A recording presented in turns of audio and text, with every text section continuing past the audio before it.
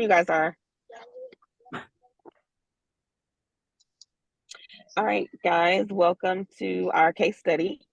Um, Thank you so much, Jolene, for helping me out getting this link together. Absolutely. Okay, so we're gonna go ahead and hop into it. We want to just to do our establishment of norms. We want to start end on time. I know everybody wants to enjoy their spring break or their evening if they're not on spring break quite yet. We want to stay on topic and be fully engaged. So we're doing case study number 2. I thought we'd do it a little different this time. Instead of us going through the questions one by as like all 3 at one time, thought maybe we can just go one question and do like a round table discussion type if we want to try that. So I'll start it off and then we'll go to Sharon, Jolene, and Elisa. So the case study, well, the first question was, what guidelines could Donna have provided for the teachers prior to the grade level meetings? So the case study, Donna, well, what I liked about Donna was she didn't want to seem like she was trying to take all control. She did want to live up to the teachers for their input. She definitely had confidence in her teachers, and I really, really like that. That's something that I think a good leader should definitely have. You got to trust your teachers. So I did like how she stated that in the case study. So the first question: what guidelines Donna have provided for the teachers? I think that let me pull up my questions really quick.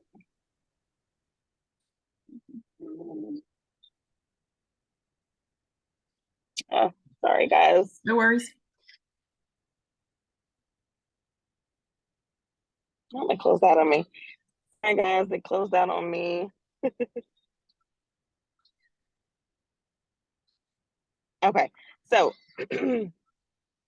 I felt like Donna needed more structure.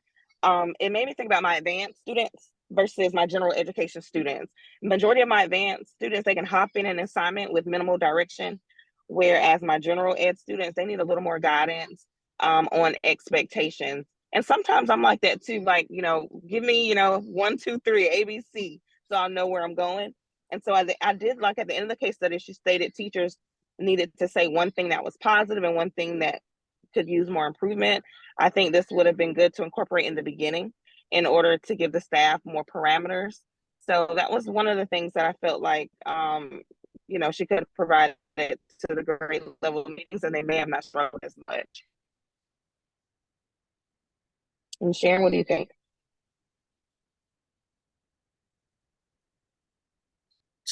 Rose, I don't know if you can see her. She's muted for a second. So do you want me to go ahead? Oh, here she comes. I'm good. I'm Oh, sorry. okay. No worries. Yeah, sure. I was having Oh, trouble no with problem. the camera.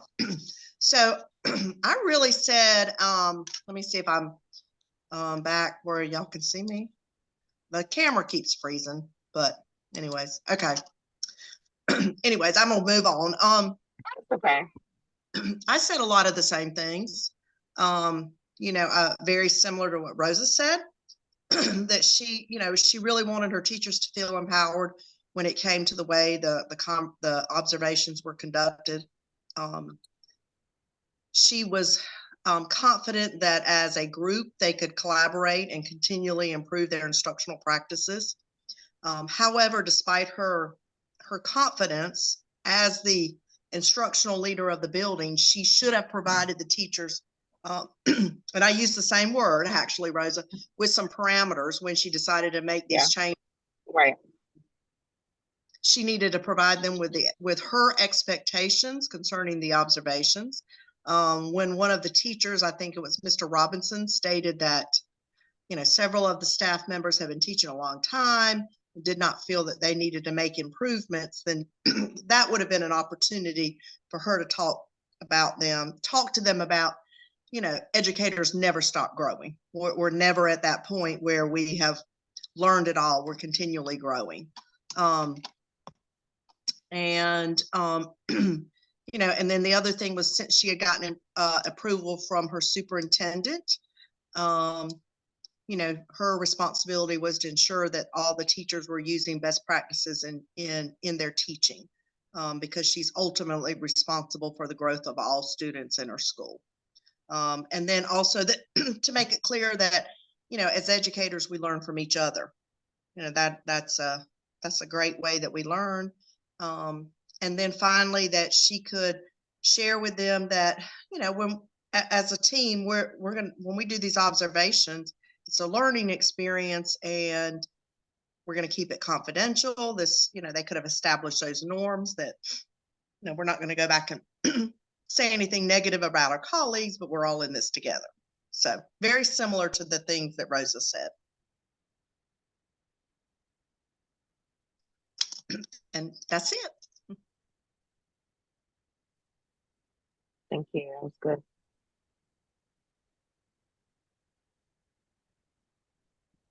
Okay,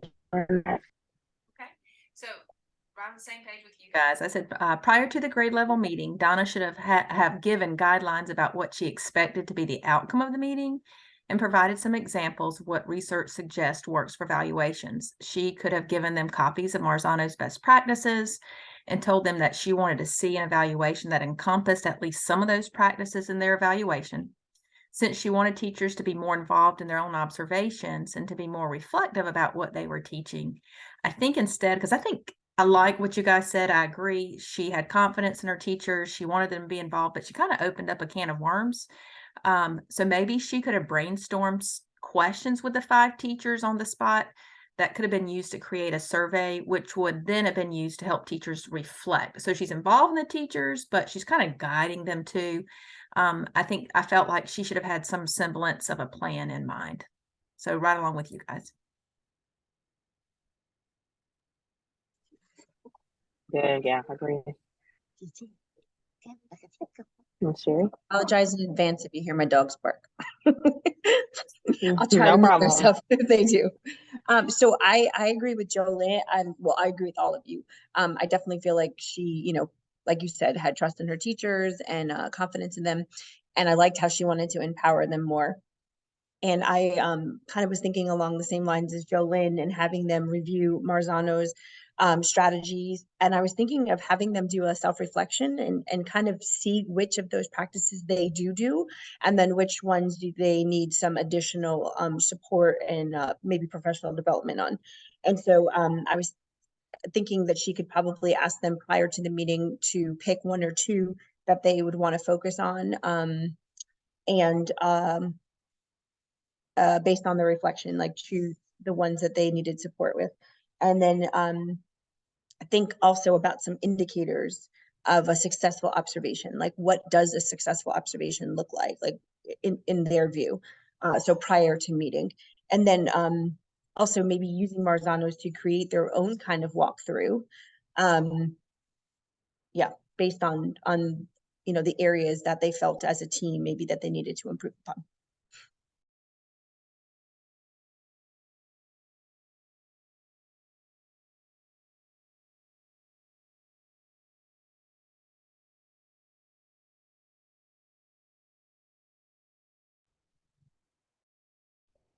Okay, I think it froze. Can you guys hear me? We can hear you, yes.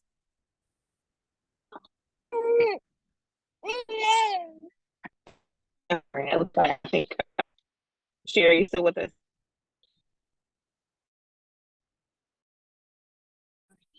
Jolene? Rosa, do you want me to go ahead and start with question 2?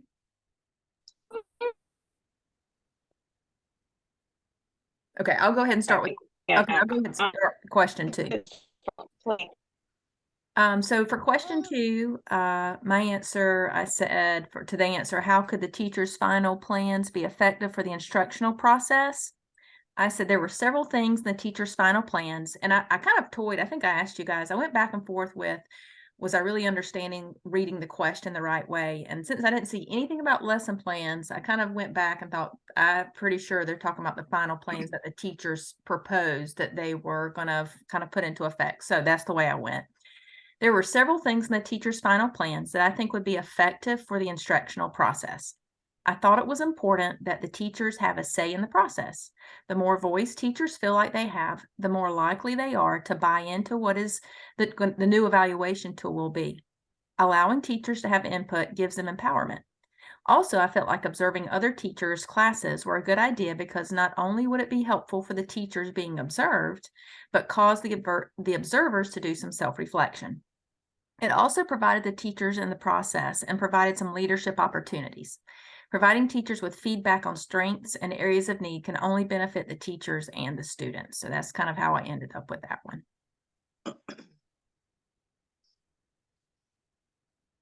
All right. I will go next if that's okay. Absolutely. Um, so, so I may not have answered the question correctly, but anyways, I'm gonna go ahead with what I said. So I discussed in number 2 about videotaping and how videotaping can be very powerful. It it allows several opportunities that traditional observations do not provide. This is an opportunity to self-reflect. It can be very powerful when a teacher goes back to watch themselves teaching a lesson. And then to really look at what you are doing. And many times I think we're harder on ourselves than other folks are, but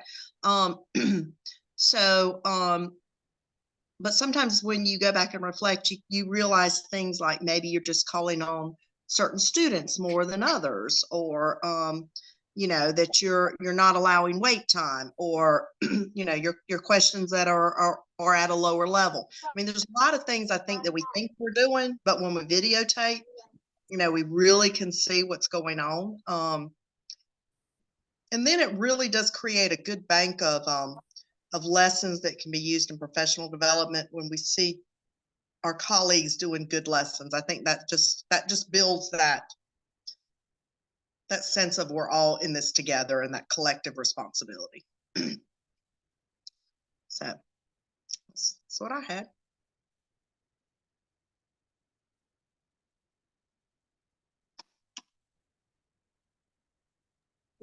I can go next. Okay, number 2. Okay.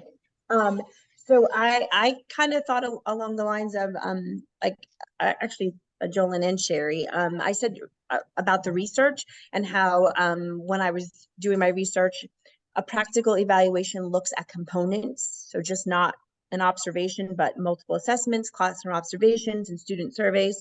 So I said teachers could determine which areas would illustrate effective instructional processes. According to Moody and Gerber, the researchers that I looked, they stated that multiple observers and video recording observations would be meaningful feedback. Teachers could include this type of observation in their final plan. Peer feedback also helps build up efficacy and has been proven effective in evaluations. In addition, teachers can determine some short-term and long-term goals to monitor their effectiveness. I was saying an example of a short-term goal would be student surveys. Students can voice how effective they believe their teacher is in their learning, especially older students. Or student assessments can demonstrate student mastery. So like if teachers are effective, then students' scores, of course, are going to improve. A long-term goal would be recorded observations with self-reflection and feedback from another observer at least 3 times a year, so that they could kind of look at the growth, the trend, and see the progression. And it will also build their efficacy and, of course, positive student outcomes.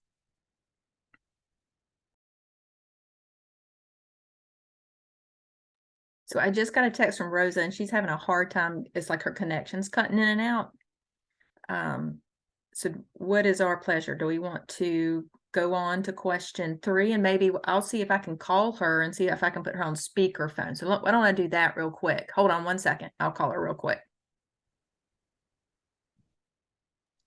I think that's a good idea.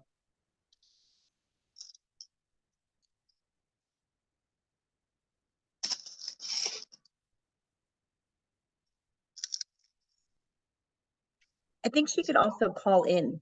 There's a number she could call on the Zoom call.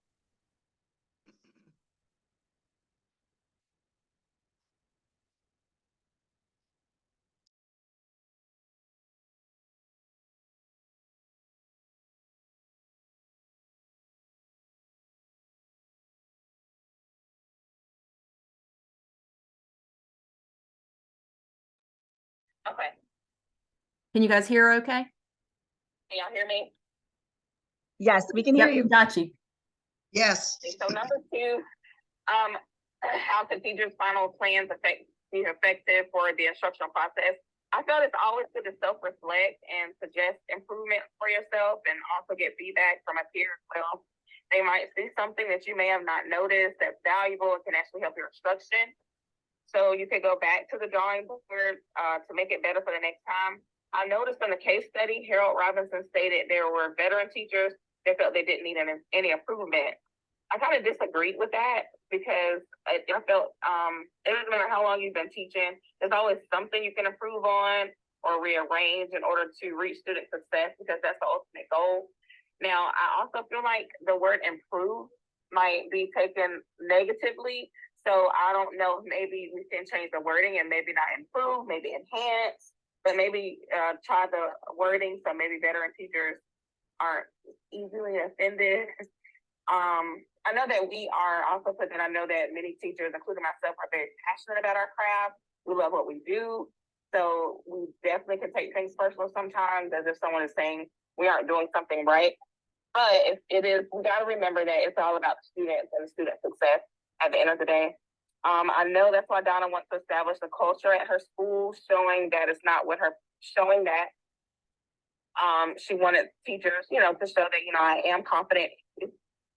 She had full confidence in them, which is, I think, very good leadership for her.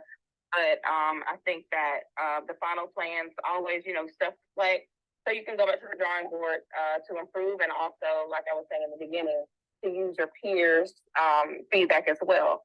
Because it's not always about improvement. Sometimes you can do something different. Sometimes they can throw something at you didn't even consider before. So yeah, that's what I got for that one. Thank you, Rosa. I looked on the I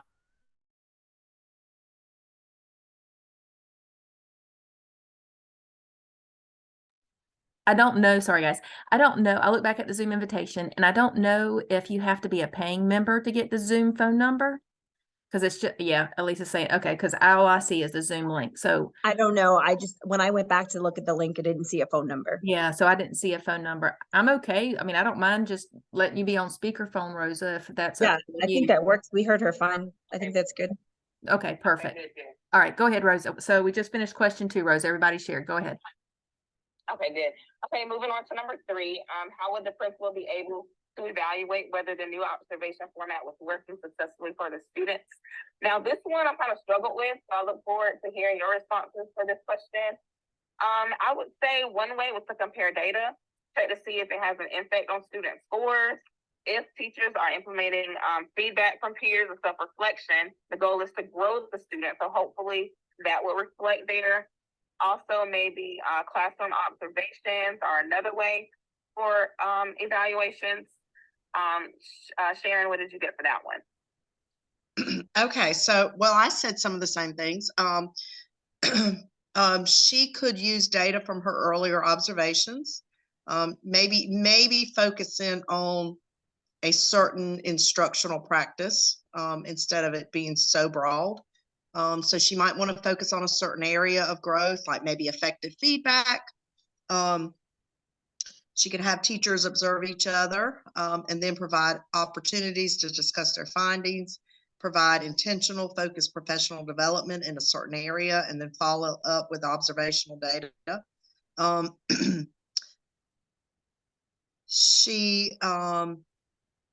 although she stated that she wanted her teachers to be more reflective, she would still have to, as the principal, do observations as well.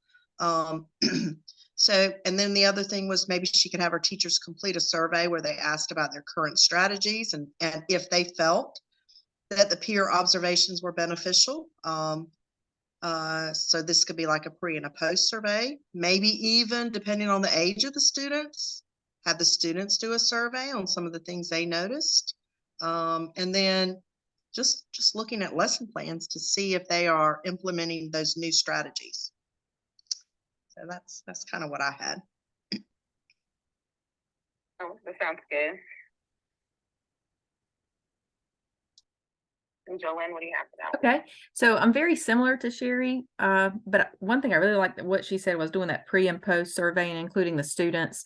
But otherwise, pretty much I was almost exactly verbatim what she said. I said the principal would be able to evaluate if the observations was working successfully for students by comparing test scores from previous years to this year. If achievement or growth increased, then there would be evidence that the observation format was changing or improving teacher behavior and that they were working. And then I said, Donna may also be able to tell if students were improving if she kept notes on observations from prior observations to compare the classes from time to time. So that's kind of how I answered that one. Okay, that was good too. Lisa, what'd you get for that one? Sorry, my dog was barking. I was waiting for her to calm down a second. So, Here. what was I gonna say? I was thinking along the lines of like a formative and summative assessments to see if the plan is working, similar to our work on the APTEL. So I went back to like Ubin, and I don't know how to say his name, and just kind of reviewed his definition of formative and summative. And so an example of what I was thinking for her formative is maybe she can she can develop a formative assessment that outlines a teacher's professional development goal.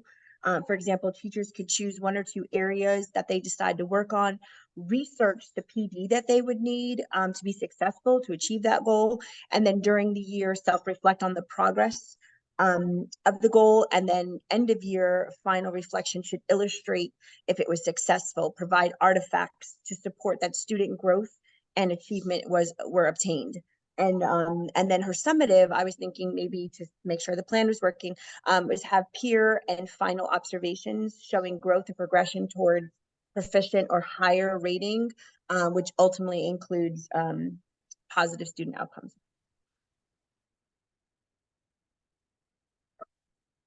Okay, good. I think we got really good responses. I was a little concerned with that last question. I didn't know if I was really answering it correctly, but it seems like we were all kind of, in the same ballpark. Well, that was it for that case study 2. If anyone wants to give any closing statements or share what they learned from this case study, I'll go first.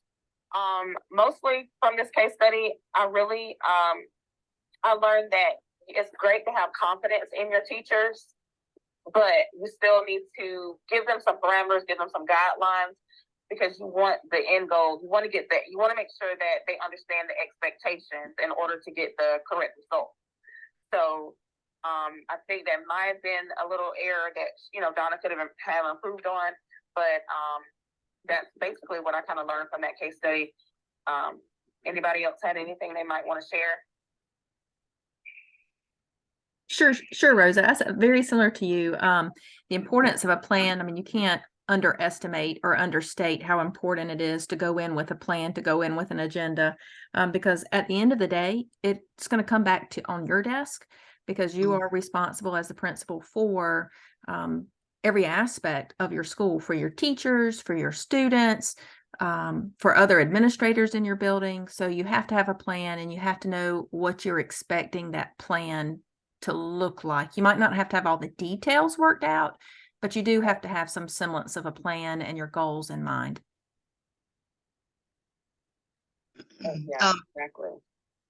And I agree. I think that I applaud her for giving them some autonomy and letting them have choice and learn from each other. But again, it's just like it's like with students, you still have to establish expectations and parameters. And right. And like I agree with Jolene. I think that you are the one responsible for the students in your building, the teachers in your building. So you have to be proactive and establish those parameters. I think you all said it great. I agree with everyone. No, I agree. I like you said, I do appreciate that she felt she can empower her teachers to come up with ways that they wanted to be observed, which is nice because, you know, you always have that, well, not always, but you're used to having, this is the evaluation system that you're going to be evaluated in and not really an input.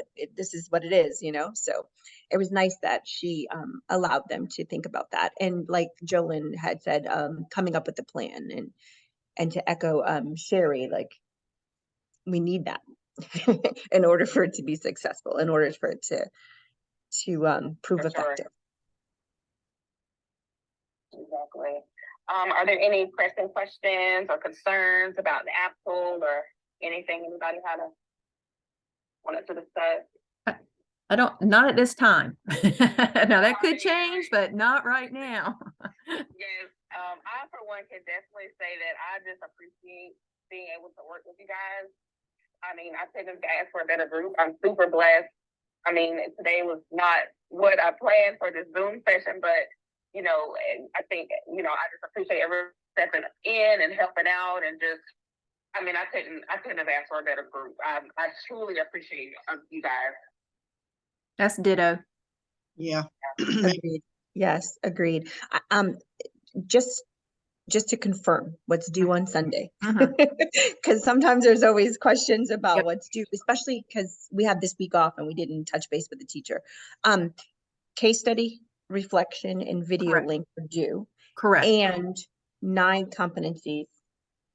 That's Correct. what's due on Sunday, right? Correct. Okay. And those All right. 9 competencies, we don't have to have, for this one, we don't have to have any figures or appendices. That comes when we turn in the folio, right?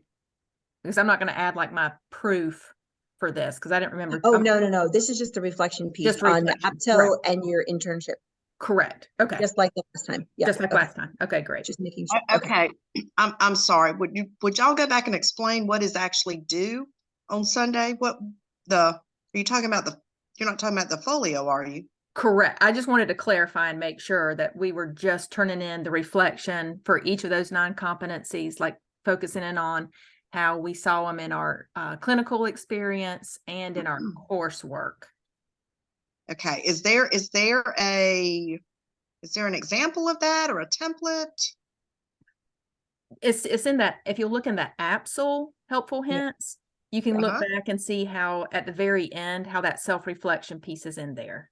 Yeah, it's task, was it task 5? It Yeah, was task for the 5 is APSL. APSL. Yep. We're just finishing up the rest of them that we didn't do the first time. Okay, task 5 of the APSL. Okay. Yeah. And then, Sherry, then we have to also make sure we turn in the YouTube link for this video. Right. And our reflection on the case study. Okay. And then a reflection of this Zoom meeting, correct? It's, our reflection of the case study itself, just like an overview of what we thought, and then the reflection of our meeting together. Okay. So 2 I think things. Revis said it was like 2 paragraphs at most, like Yes, a page. yes. It's not crazy detailed. It's not extensive. Okay. All right. Very good.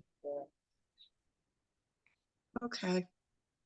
All right, guys. Well, thank you so much. I hope you guys have a great rest of your week, and we will see each other in the group message, I'm sure. Absolutely. Have a good night, guys. All right. Thank you. All right. All right. Bye. Bye-bye.